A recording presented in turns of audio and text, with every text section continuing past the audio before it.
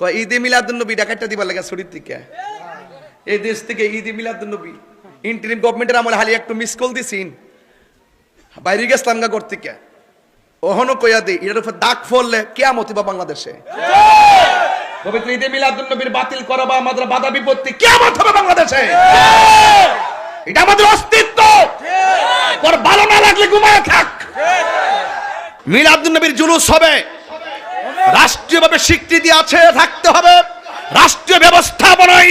সরোয়ার্দী উদ্যানে জাতীয় সম্পদের বুকের মাঝখানে দাঁড়িয়ে ইয়া নবী সালাম আলাইকে জুলুস হবে লক্ষ আর কোটি কণ্ঠে কথা বলেন ঠিক না বেটে আরে যেই নবী না হলে আগুন হতো না পানি হতো না আসমান হতো না সূর্য হতো না চন্দ্র হতো না তারকা হতো না ফেরেশতা হতো না জিন হতো না ফেরেশতা হতো না মানুষ হতো না আগুন হতো না পানি হতো না 1,24,000 পয়গম্বর হতো না জান্নাত হতো না জাহান্নাম হতো না যাকে সৃষ্টি না করলে কিছুই হতো না সেই নবীর শুভ আগমনে আনন্দ করব না তো কার জন্য করব এই আনন্দ মিছিল কি বেদাত বলে তাদের জন্মের মধ্যে ভেজাল আছে